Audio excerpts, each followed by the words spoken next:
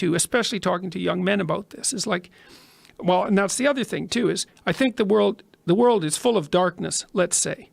And we could say each of us have a little bit of light. And if we release that light, if we let it shine properly, Christ, it's too cliched to go on with in some sense, but the world is a lesser place if you do not reveal from within yourself what you have to reveal. And the fact that the world is a lesser place actually turns out not to be trivial. Like if you aren't everything you could be, more people will die, more people will suffer, more evil will be unconstrained, more tyranny will reign, more chaos will remain chaotic and dangerous, all of that. Do you mean this by this in the sense of like the old proverb of the wings of a butterfly fluttering become a hurricane?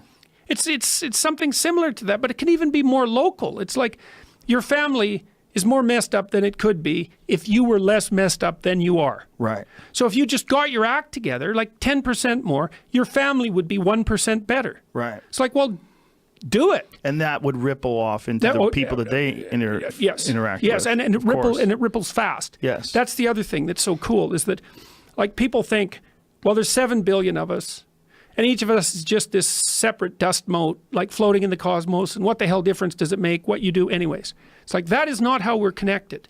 It's like, you're the center of a network, and you know way more people than this, but let's say typically, you're going to know 1,000 people in your life, well enough to have an impact on them, okay?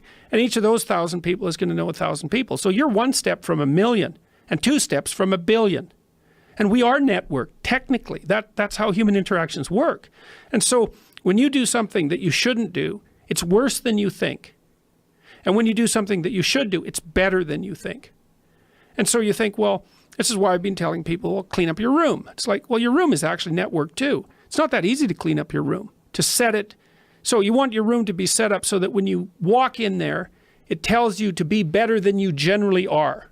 It's organized, it's got direction, everything's in its place. You try to do that in a chaotic household. You know, I've watched people do this because I had students do these sorts of things as assignments. I'd say, look, pick a small moral goal, clean up your room, and just write down what happens as a consequence. So maybe these are students in a chaotic household. The whole place is a bloody mess. No one's taking any responsibility for anything. And so they decide they're going to start to clean up their room. And then the people in the household notice. Well, the first thing they do is get pissed off. It's like, who do you think you are? Like, you think you're better than us? Like, why do you think this is worthwhile?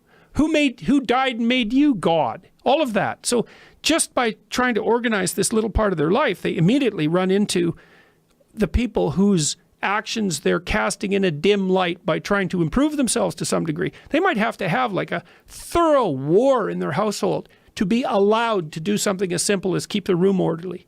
They'll find out very rapidly that A, that's way more difficult than it sounds, and B, that the consequences of it are far more far-reaching than people think. So that's quite fun.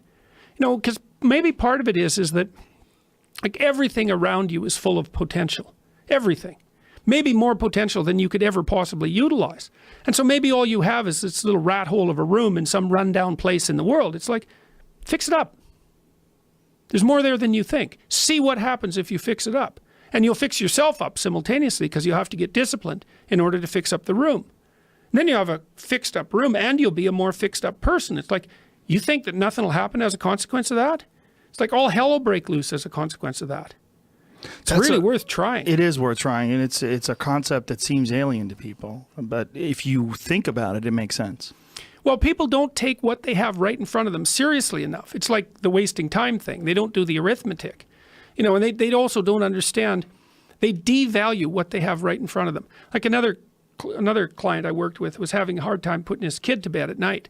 And so we did the arithmetic. It's like, well, I'm fighting with my kid for 45 minutes a night trying to get him to go to bed.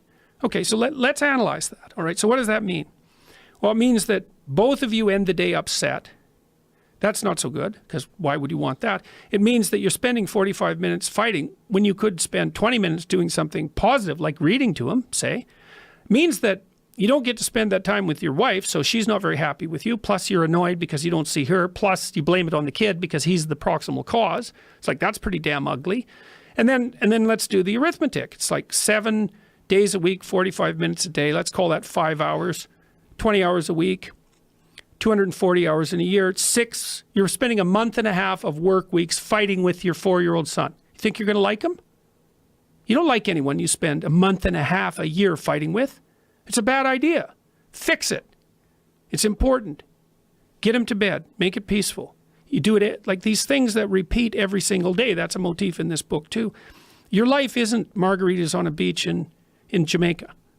That happens now and then. Those are exceptions. Your life is how your wife greets you at the door when you come home every day. Because that's like 10 minutes a day. Your life is how you treat each other over the breakfast table. Because that's an hour and a half or an hour every single day. You get those mundane things right, those things you do every day. You concentrate on them and you make them pristine. It's like you got 80% of your life put together. These little things that are right in front of us, they're not little. That's the first thing. They are not little, and they're hard to set right. And if you set them right, it has a rippling effect, and fast too, way faster than people think.